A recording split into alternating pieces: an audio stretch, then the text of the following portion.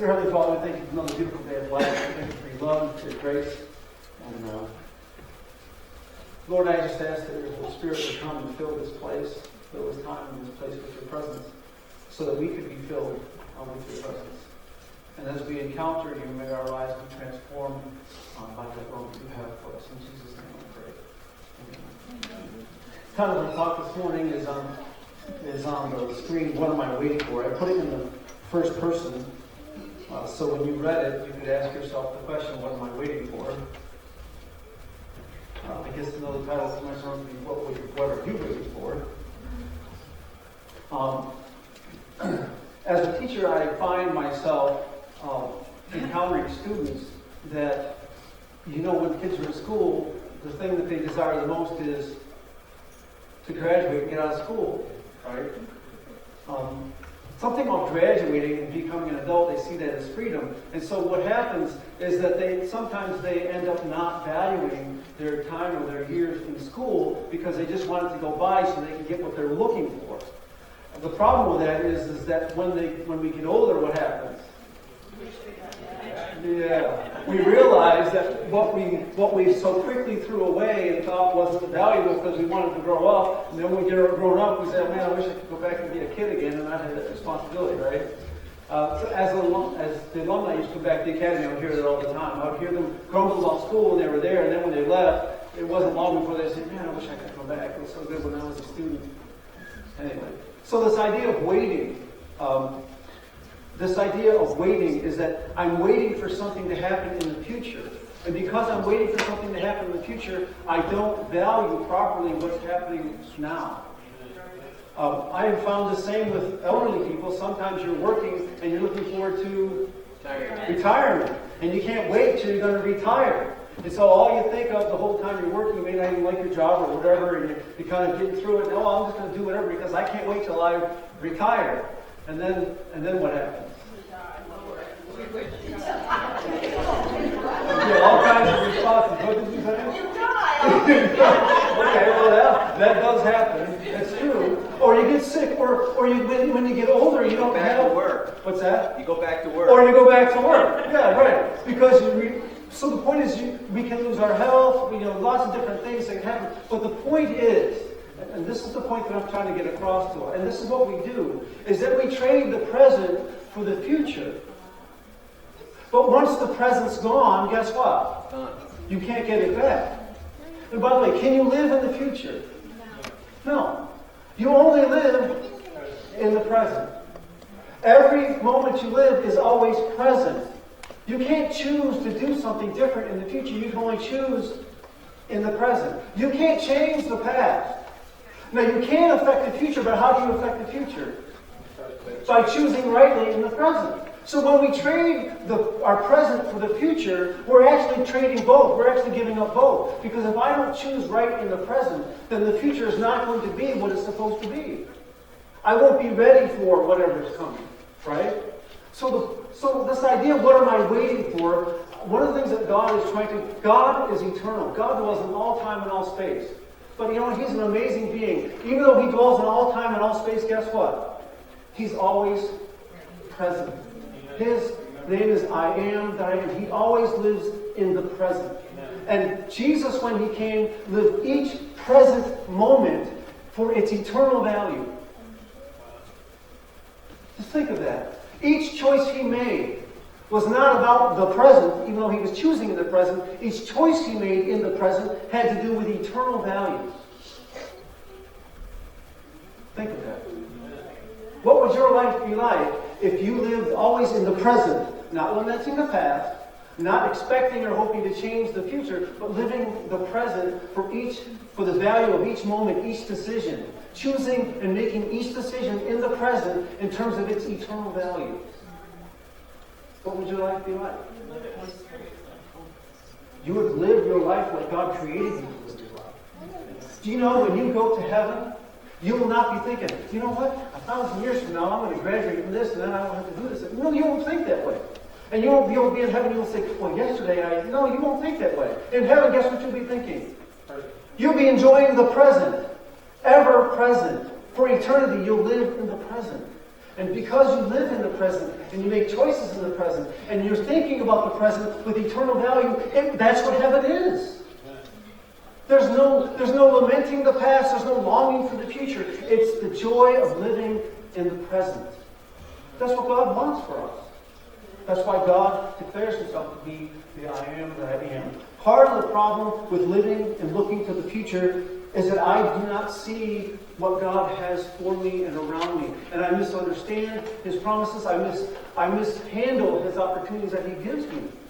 And once that opportunity is passed, can I reclaim it? So this idea, what am I waiting for? What are you waiting for?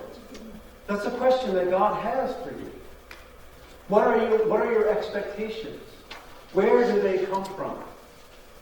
Right? So it's a call to really look at ourselves. Now what I would like to do is turn you to John chapter 5 where our story goes. And I want you to look, I'll read verses 1 and 2. Alright, so it says, after these things there was a feast of the Jews. And Jesus went up to Jerusalem. I'll explain maybe what the feast is a little bit later. They seem to be confused about what the feast is, but the text is pretty clear. Verse 2, it begins with this word, now. Now I separated from the rest of the text so I can pause there. Why am I separating the word? Well, John is trying to make a point, right? John is making a point because you'll notice in verse 2 it says, now there is in Jerusalem by Sheep Gate a pool, which is called in Hebrew Bethesda, having 5 covered porches or 5 colonnades, right? And it says, in these lay a multitude of those who were sick and blind and lame and withered. And they're waiting for something to happen. They're waiting for something to happen. I want to go back and show you this Bethesda. It's called Bethesda. The word Beth is house. And then Hesed, Bethesda is the house of Hesed. All right? This is Solomon's colony. It's by the Sheep Gate. There was a pool, and they built colonnades around it. They put a roof over it. And there's a reason why this imagery comes in. There's Bible stories behind this that I'm going to explain to help explain the story. But I want you to look at verse. I just like PowerPoint, so I did this to slow me down. Sometimes I get excited, so I talk too fast. I'm not aware of that anymore, but sometimes I get excited and so I talk fast, so I'm trying to do a PowerPoint to slow me down. Right? But notice this verse. Now, some of your versions don't have this verse. People thought they were smarter than the Bible, they took it out. But I want you to show you that it's in there, it belongs there. Verse 4, they're waiting for the moving of the waters. And verse 4 says, for the angel of the Lord went down at certain seasons into the pool, and he stirred up the water. All right? So, this story is based on this concept, this imagery that these people had in their mind. This is why the sick people, the lame, the blind, and the withered, congregated in this pool of the house of Hesed. Because in the house of Hesed, the word Hesed means mercy. Think of Psalm 23. Remember, he goes to the Psalm and he says, surely goodness and mercy shall follow me all the days of my life, and I shall dwell in the house of the Lord forever. The word mercy there is Hesed. Or there's Psalms, like Psalm 68 or other Psalms, where he says, praise the Lord for his good, his mercy endures forever. And then every other line of the Psalm is his mercy shall endure forever. So the word mercy there in that Psalm is Hesed. It's Hesed. It's a characteristic of God. It can also be interpreted as his steadfast love. But it's also interpreted as mercy. So the idea is, the 2 angels that were standing next to God, the cherubim, they actually have names, right?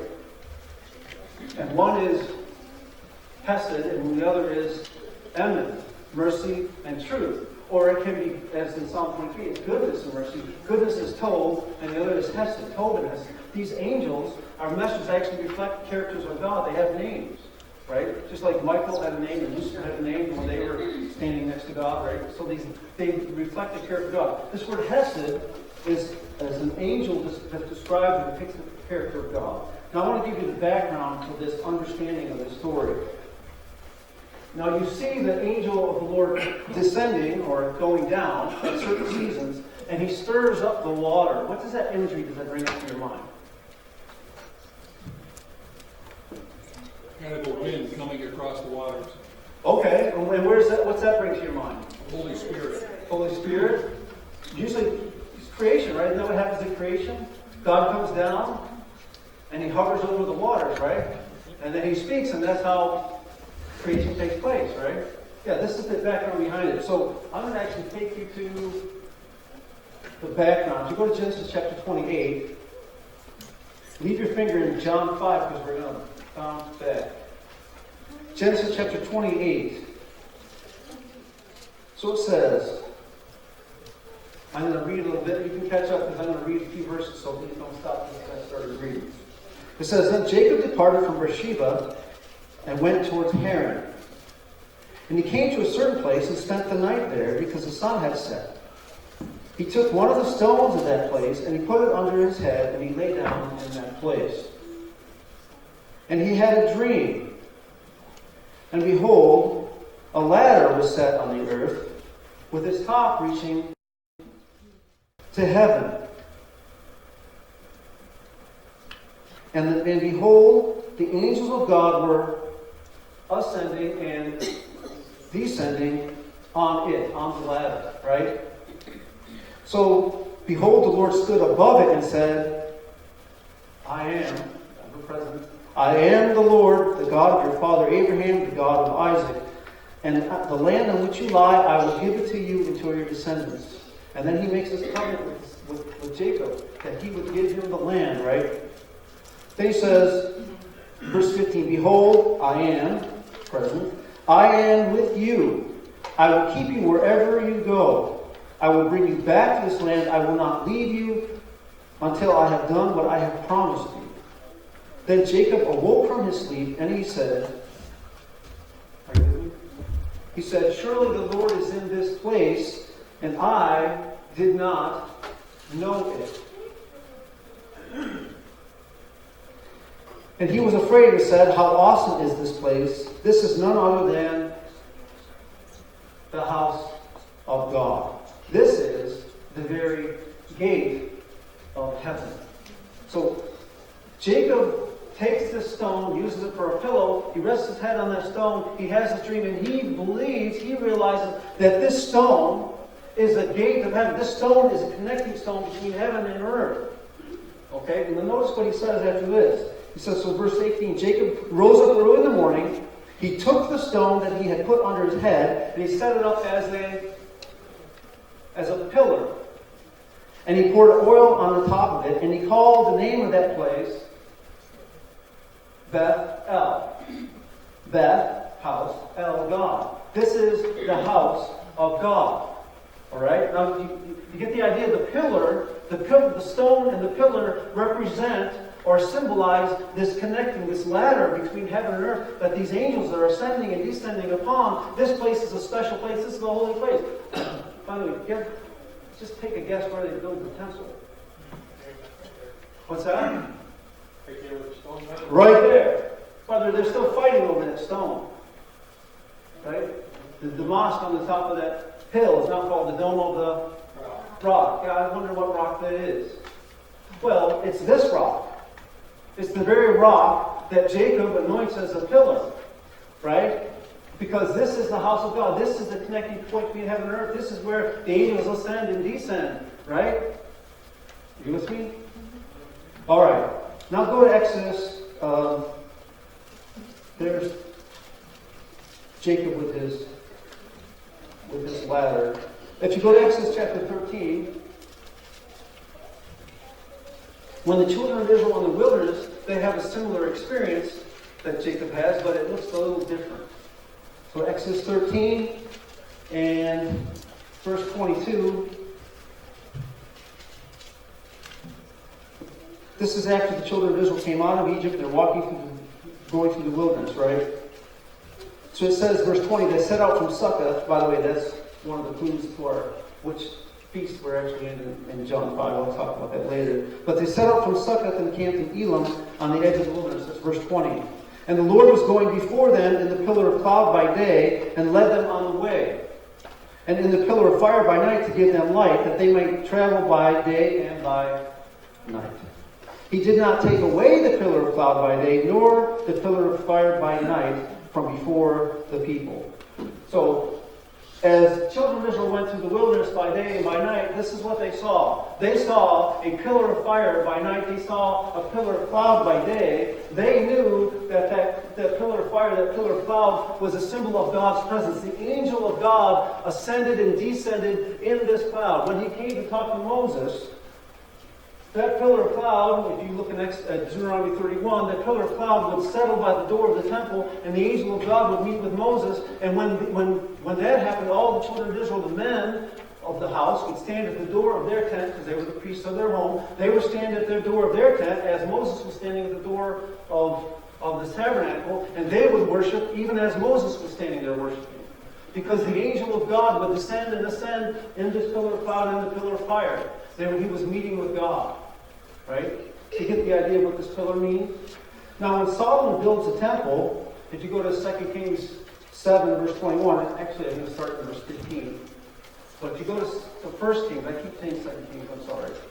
1 Kings chapter 7, verses 15 to 21, Solomon, when he builds the temple, actually alters the architecture of the temple to incorporate this idea of these pillars, this connecting point between heaven and earth.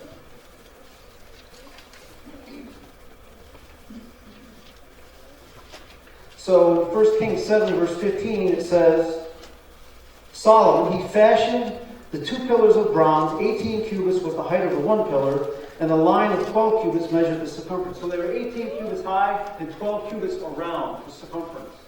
All right, that's verse 15. And then it says he also made 2 capitals of bronze. He set them on the top of the pillars. The height of the capital was 5 cubits. So how tall were the pillars and with the capitals? 18 plus 5? 23. They're 23 cubits tall, right? Yeah. For those of you who like to study some tall science. What's that? How tall is that? Well, a sanctuary cubit was a little bit more than 3 feet. An Egyptian cubit was about 4 feet, but a sanctuary cubit was about 3.5 feet. So you times that by the number of feet, and you kind of get the idea. They were big. 60-something feet. Yeah, they're tall. And you can see down here in this picture at the door of the tabernacle. Now, the picture's not accurate. I'm sorry, this guy wasn't inspired in the picture. But the point is, the pillars stood, and there was a porch. There was a covering. So there was a covering over the between the capitals and the base. There was actually a roof, right? Now, it's very interesting. When Jesus was brought to the pinnacle of the temple. He was tempted to throw himself down. Yeah, you know where he was brought? Right there, right what we're talking about. The pinnacle of the temple. He was brought right in front of those pillars. And why was he being tempted to throw himself down? Well, because the Jews believed that the Messiah was going to descend from heaven. And he was going to miraculously show up at the door of the temple. And if Jesus had thrown himself down, then all the priests and people in the temple would have watched Jesus descend right there by the door of the temple, standing by the pillar, and they would have said, "This is the Messiah. Yep, he's the Messiah." And they would all worship him as the Messiah. It would have been that spectacular, easy way to present himself to be the Messiah and be accepted by the Jews. And Jesus says, no, I'm not going the easy, spectacular way, the way that feeds the selfish hearts of men. They like spectacular and extravagant. No. He's going the way of, he's going to go with the way of the cross, isn't he? He doesn't accept the temptation to go the easy way to be the Messiah. No. He is going to go God's way, not his own way. So that's the truth behind the second temptation of Christ here. That's what Satan was trying to do. He was trying to deceive him to choose the easy way to become the Messiah, to be accepted as the Messiah. And Jesus, of course, rejected that. So this is Solomon's temple. Of course, Solomon's temple was destroyed, and when Herod's temple was built, they incorporated the the imagery of Solomon's colonnade into Herod's temple. So by the sheep gate there was a pool, and they made this colonnade. You could see the columns, you could see the pillars. All right, and those pillars represent this connection between heaven and earth. And the pool was actually a symbol of the water that flowed from the throne of God. And the idea is that when the sick people went into this pool, they would go. There was torches that covered them from the heat of the sun by the day and the chilliness of at night. That's the same thing with the pillar of cloud. They would be in this colonnade, and they would sit there, and they were waiting for the moving of the waters. And when the water moved, they believed the angel of God had ascended. The water moved. They would try to get in the water to be healed. That's the idea behind the story. Of course, it's going to get a little twisted, but we'll get there. Now, John introduces us to this concept. He puts the seed in our mind. Before we get to John chapter 5, if you look to John chapter 1, in verse 51, it's the story of Nathaniel, sorry.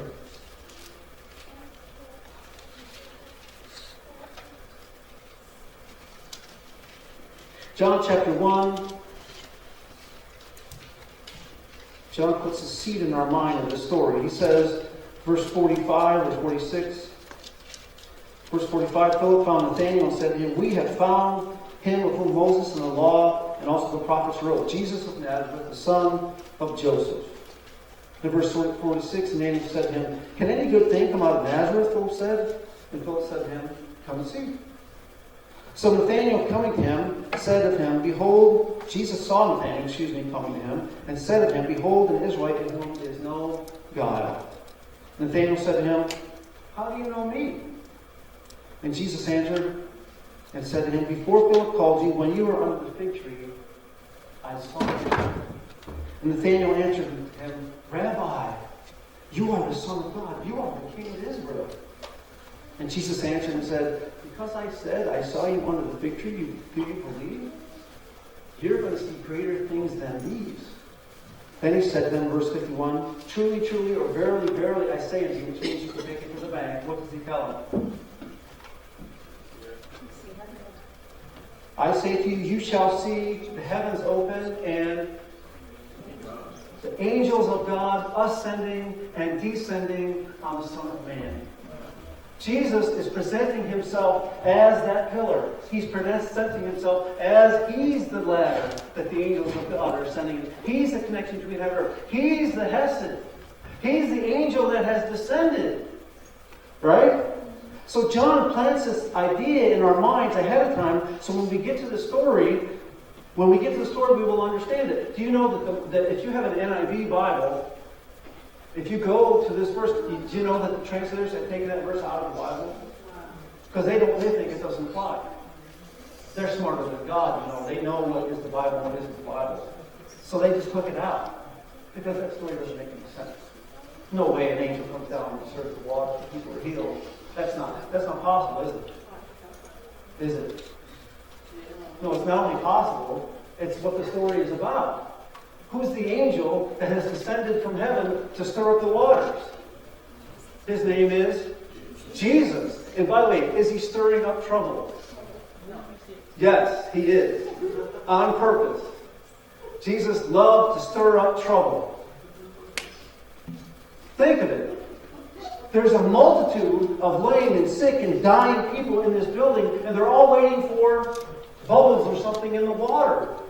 And he came to do what? To save them. Are they looking to him for salvation? No, they're looking at water. And he's walking around. He longs to save them. He longs to heal them. But they're not interested in him. They're interested in the water. They misunderstand. Instead of the angel that disturbs the water to heal them, they're focusing on the water to thinking that will heal them. Oh, well, yeah, but they're just crazy religious people. We don't get mixed up in what's essential and what's not essential, do we? We don't get confused about what saves us and what doesn't save us. We don't substitute something else for Jesus for our salvation in terms of the effects of what he will do. We wouldn't do that, would we? We're smarter than them, aren't we? Yeah, too tough. Now, I want you to notice the twisted theology of this, right? Go back with me to, and if I don't follow the slide, I'm sorry. I tried to do it to slow me down, but I'm going to speed. Notice it says at the end of verse 4, it says, the angel of the Lord went down at certain times into the pool and stirred up the water. Now notice this is their take on it. Finishing verse 4, it says, whoever then was first, after the water was stirred, and stepped in was made well from whatever disease. By the way, does that sound like God's hesed to you? Don, if you're working in the hospital, and all of a sudden all the patients in the hospital heard that there's a fountain out front, and when the water moves a certain way, whoever gets in first will be healed, what would happen? People would be stampeding all over each other and trampling each other trying to get in the pool. Does that sound like God's hesed to you? Oh, so God's hesed is only for the smartest, for the brightest, for the first, for the elite, right? Isn't that God's hesed? Isn't that how His hesed works? No. So they took the truth of God, that an angel is descending into this pool in the house of Hesed and offering healing. And they took it and they twisted it to mean that only certain people get the blessing. If you're good enough, if you're smart enough, if you're fast enough, if you're whatever. And by the way, that means the majority of the people are excluded. And that's their idea of God's Hesed. And mercy. Mercy. But yeah, you're saying the word Hesed. Mercy, God. Forgive us for twisting who you are to our own selfishness and thinking that God does this who's first and who's last business, when God has come to save everyone.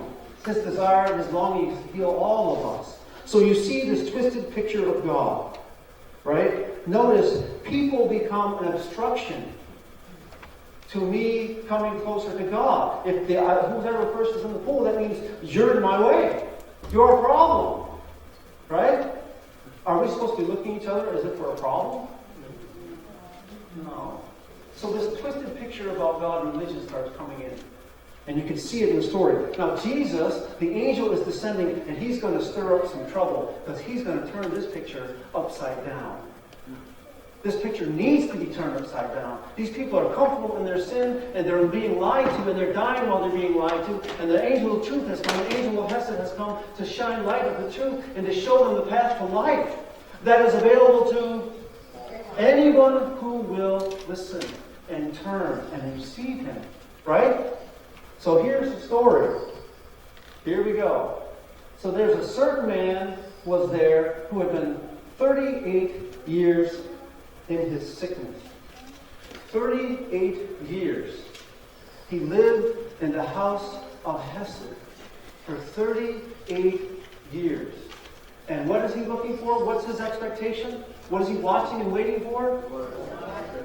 So he spent 38 years staring at a pool,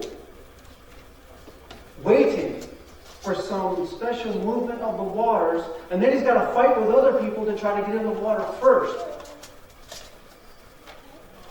Wow. 38 years. How long is 38 years?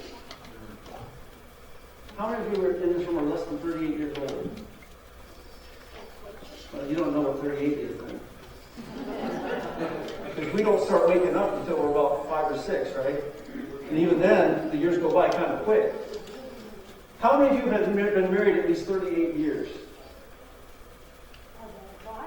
Married. Yeah, you know what 38 years means. Can you imagine 38 years being sick, expecting, hoping for healing, and every time the water moves, your hopes are disappointed, your goal is frustrated, and year after year after year, it becomes bleaker and bleaker and more disappointing. What happens to your desire? What happens to your desire? What happens to your goals in life? What happens to you? You just start withering away, don't you? 38 years in the house of Hesed, thinking that he has to perform properly when the water moves or he cannot get God's blessing. Let me ask you a question. How many years have you been coming to the house of Hesed? How many years have you been coming to this church, seeking and longing for God's blessing, for God's healing?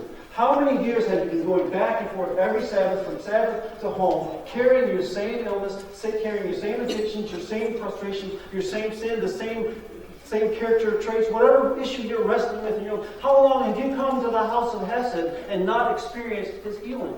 How long? How many years?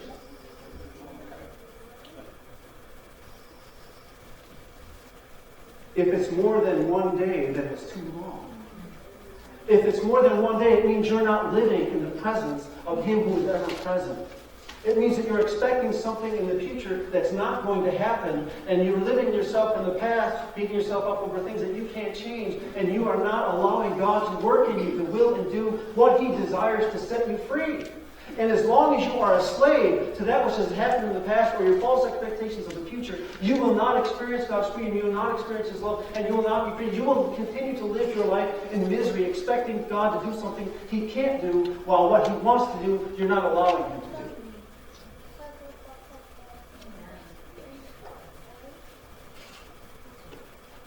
What is it that you're waiting for? This man was waiting for the moving of the waters. What are you waiting for?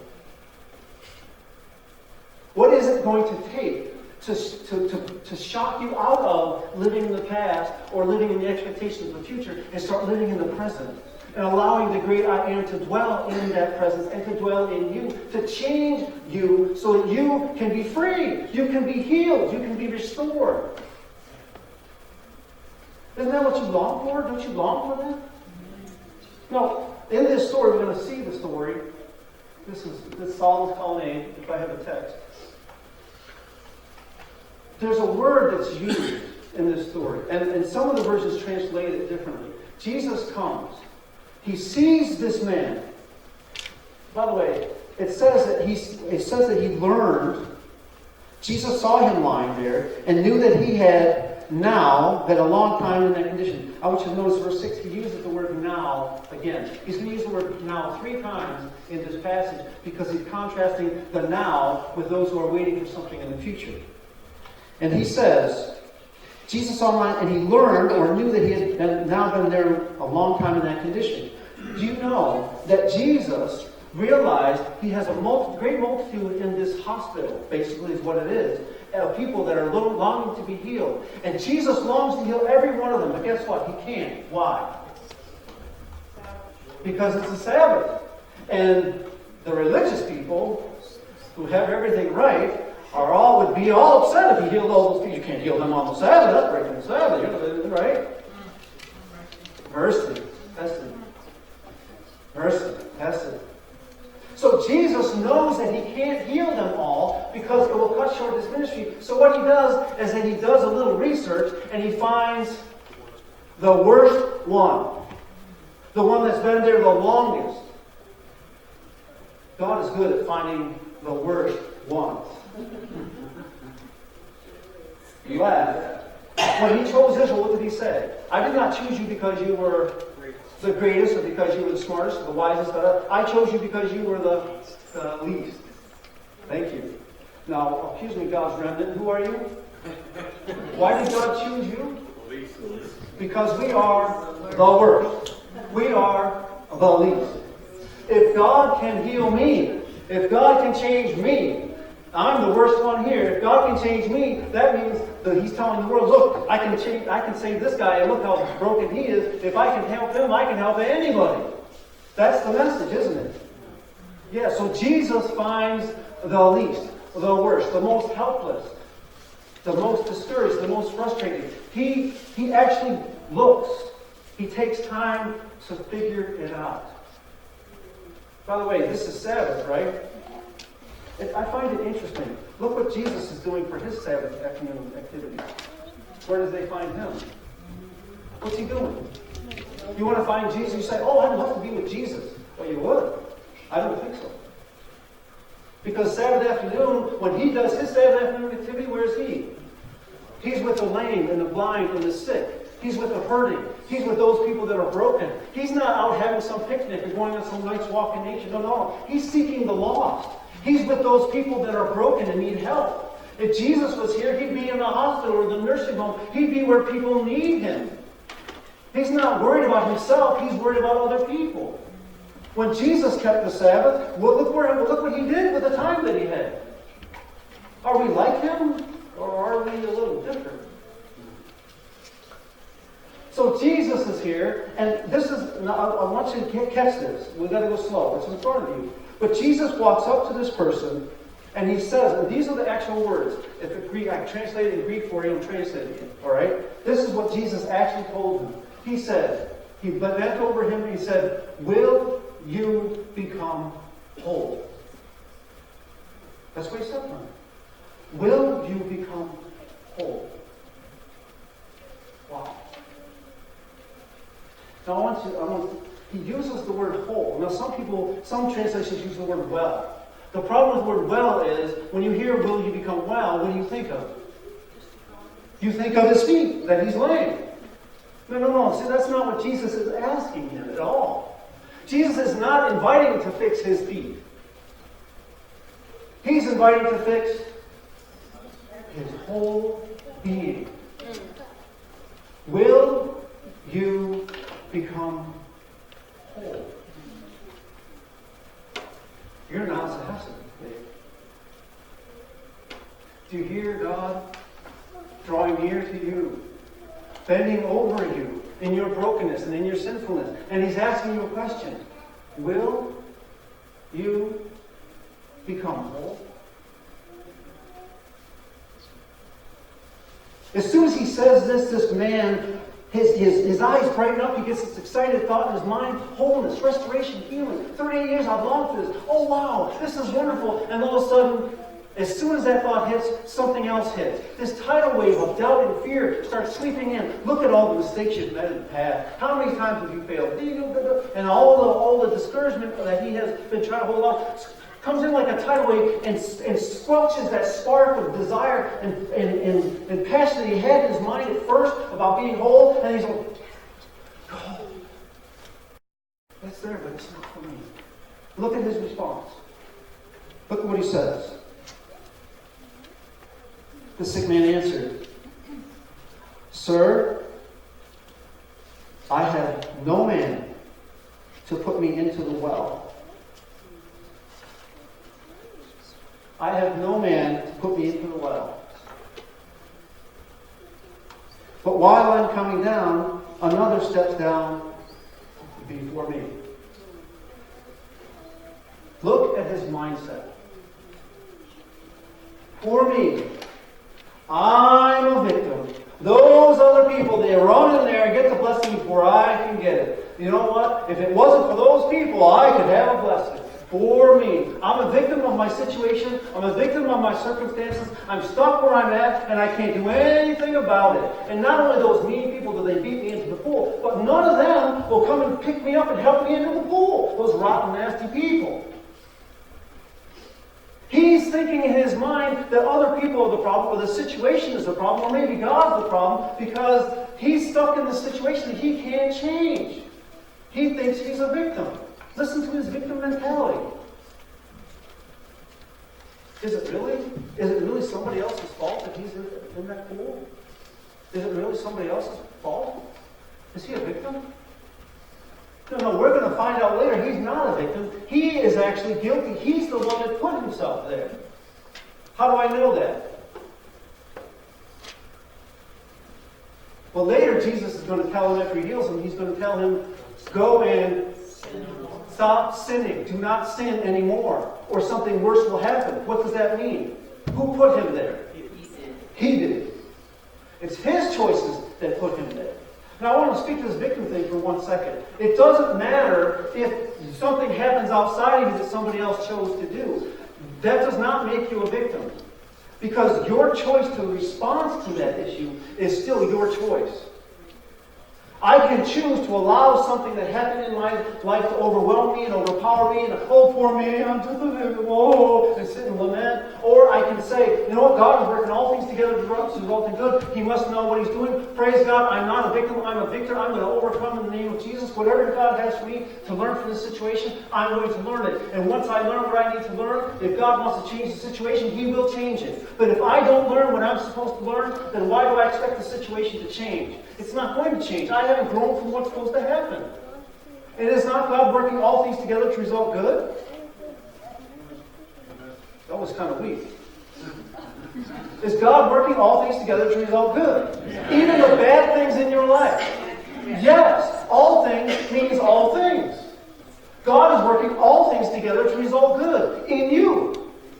So the situations that you are not a victim, you are to be a victor. You are to hear God's voice, see what His purpose is in the trial that you face, and to grow from it. And in His name to be an overcomer, to be a servant of Christ. Is that not true? So notice this person. Poor me. Oh, I feel. By the way, he's functioning by his feelings. That's the problem. Right? Nobody loves me. Nobody cares about me. Nobody understands how bad I have it. Poor me. That's his response. Notice what Jesus says. And this is amazing. I have this quote here for I want to share it with you. Share this with you first, and I'm going to go to the next verse. She says, until emptied of the old traditions, customs, and practices. By the way, that's our mindsets and our attitudes.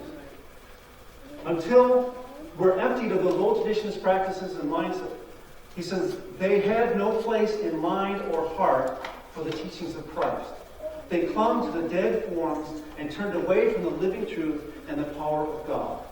As long as I'm filled with a misconception of God, there's no room for the truth of God or the power of God to come into my life.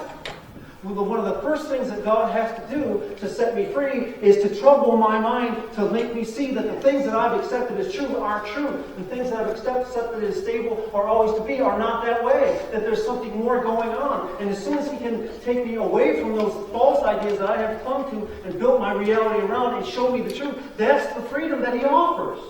It's the mind and the will He's trying to free. Are you with me? Notice what he says. This is amazing. Remember, he's dealing with a victim. A helpless victim who's subject to situations and circumstances. Oh, for me, I can't do nothing. And what does he tell him? Arise, take up your bed, and walk. Let's be very clear. So I'll add some words to it so you can get it. You arise. You take up your bed. You walk. It's not about somebody else. It's not about the situation. It's not about the circumstance. It's not about somebody else's problem. They were mean to you. It's not this or that. No. It's not God's fault. It's not your wife's fault or your husband's fault. It's not your kid's fault. It's not your parents' fault. It's nobody else's. No. You function. You take hold of your equipment and you function. You arise. You take up your bed. You walk. It's an invitation for your God-given right to function. Jesus died so you could have a choice. If Jesus did not die for you, you wouldn't have a choice. Then you could complain, poor me, I'm stuck here. And you had no choice. And that would be true. Adam and Eve chose, we're all born sinful, we're going to die, that's it. But that's not the truth. Jesus came and died for you. So therefore, you now have a choice. You are now Adam. You are now Eve. You get to make the choice over your own life. Other people and their choices are not an excuse for you not to choose, not to accept the invitation of freedom that He offers you, not to accept the invitation of restoration that He offers you. Are you with me? We need to stop making excuses. And by the way, these lies blind our mind to the potential that God has given to each of us to be restored and to be set free. You arise. You take up your bed. You walk. I like this. Because John, again, contrasts the idea of waiting and thinking something magical will happen in the future. How many of you are waiting for some magical thing to happen in the future? By the way, it's not going to happen. If you're not taking advantage of the I am in the present, there is no magical future for you. Notice, when he takes hold of the Word of God, he hears the Word of God, he exercises his will towards the Word of God, then he immediately has what? Freedom. Immediately, and I put in parentheses, the now. Immediately the man became whole. He became whole. He became whole. Not just but his whole being. took up his pallet and he began to walk. You know, I'm going to use an example. I've been going to see Linda Walbridge in the nursing home. So I know some of you have seen her as well, right? And she's wrestling. She's been in the nursing home because of diabetes and something with her feet, and they're trying to give her a boot, right? And there's been this problem with the boot, so she hasn't gotten a boot. So she ends up being stuck in bed. Was it 9, 10 months or something? Long time. She's been in this bed so long that guess what? She can't walk. So they've told her, well, we're going to get you the boot, and then we're going to start the process of getting you to walk. Because you're not just going to be able to put on the boot on and just start walking. I mean, in your mind, you think you can, but your body can't function. You've been sitting there too long not using that equipment. It doesn't work anymore. Right? Right. And that's what naturally happens. Well, this guy's been sitting there for 38 years. 38 years. Can he just get up and walk? Aha! There we are, right? Of ourselves? No, but... So the point here is that is God just fixing his feet?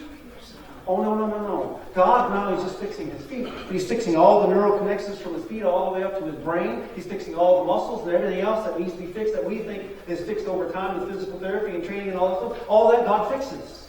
God fixed his whole being. He fixed him. He made him whole. I really want you to think about that. There's too many times when we think about getting well, and we focus on, well, I have this disease and I have that disease. I wish God would make me well. No, God doesn't want to make you well. God wants to make you whole. And there's a total difference between well and whole. Are you with me? Yeah.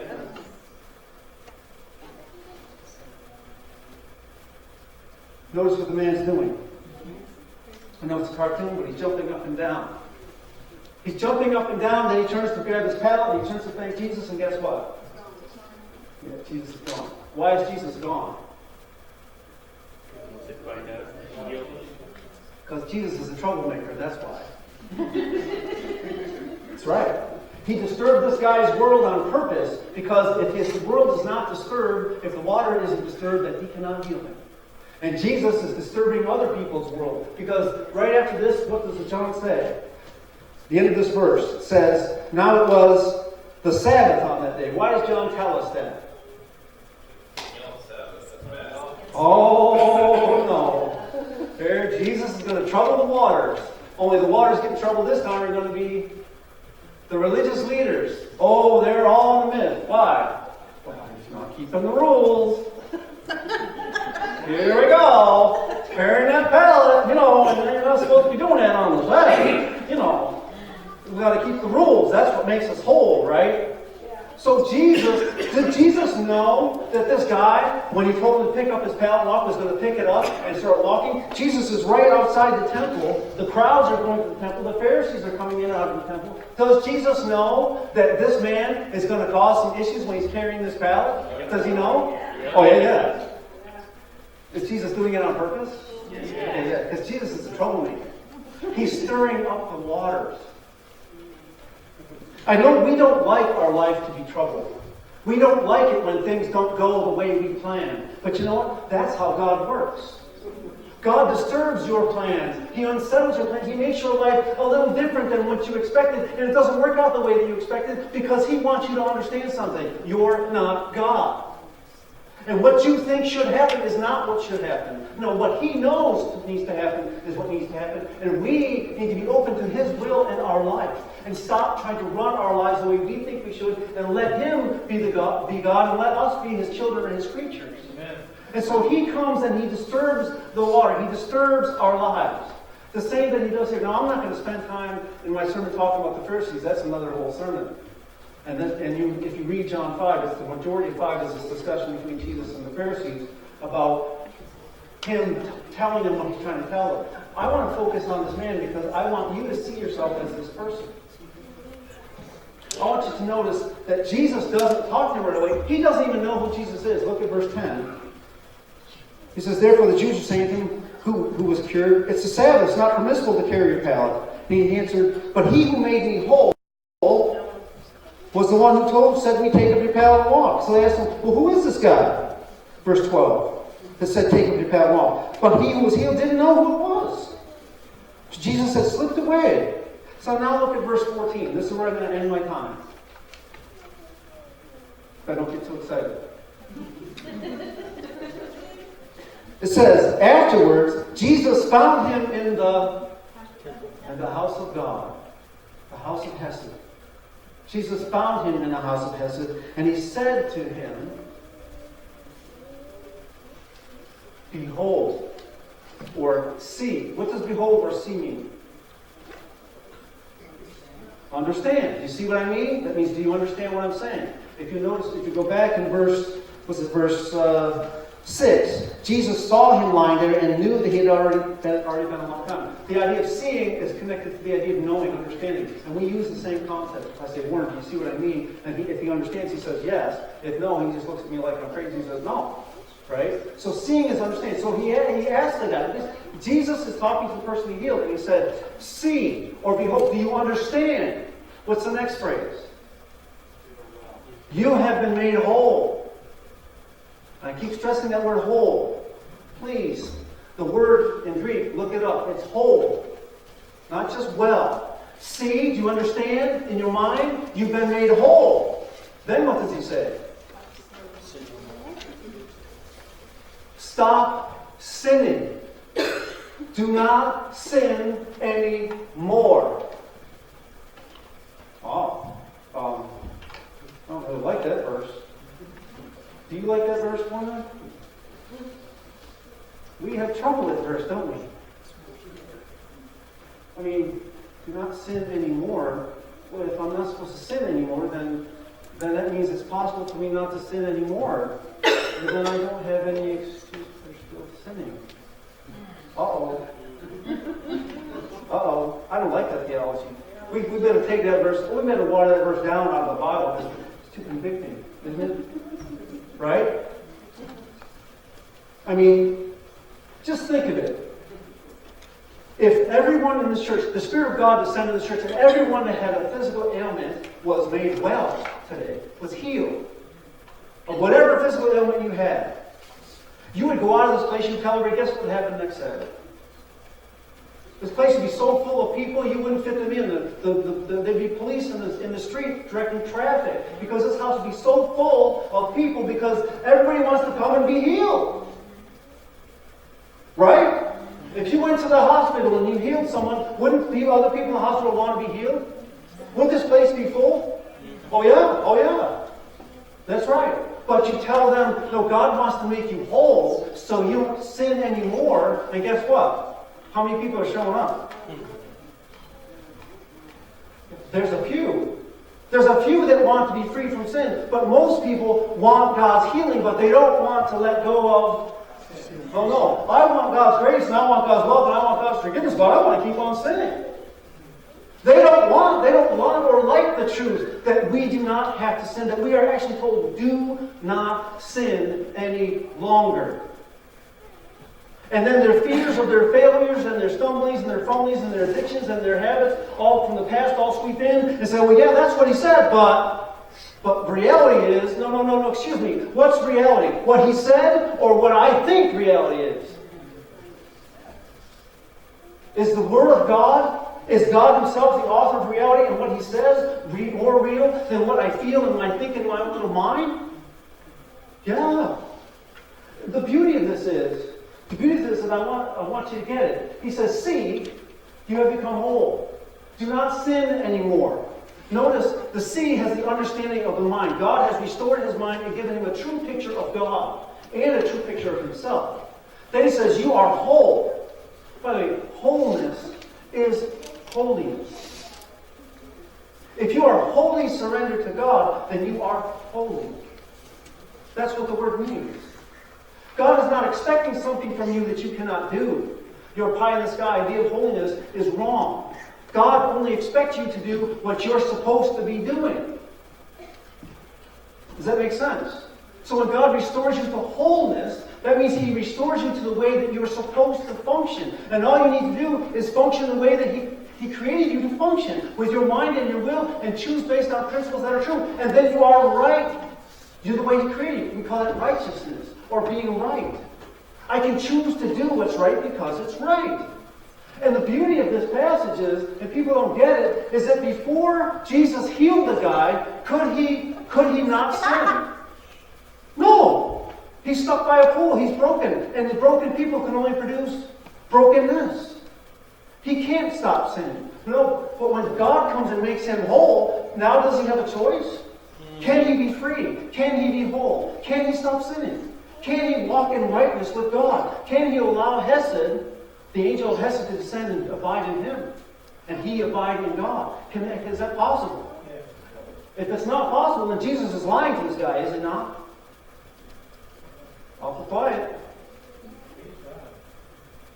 And would Jesus tell him, go and do not sin any longer, if it was not possible for him to not go sin? To go and not sin? Would Jesus tell him that? No. So Jesus is telling him something that's very true, that kind of brings us up short and go, well, I don't know about that one. You start looking at yourself, don't you? Yeah. Which, by the way, is the problem, isn't it? Because where are you supposed to be looking? Well, there's an angel that descends from heaven, and he comes and he troubles the waters. And if you listen to his word and accept his truth, you can become whole. Wow.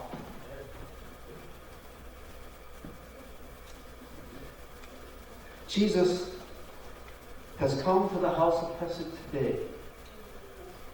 The angel has descended, and he's bending over you, and he's asking, will you become whole? Will you? My question to you, what are you waiting for? Dear Heavenly Father, the love that would not let us go, thank you. Thank you. We've been sitting by the pools of our false expectations for years upon years, expecting something magical to happen because we went to your house and went through motions.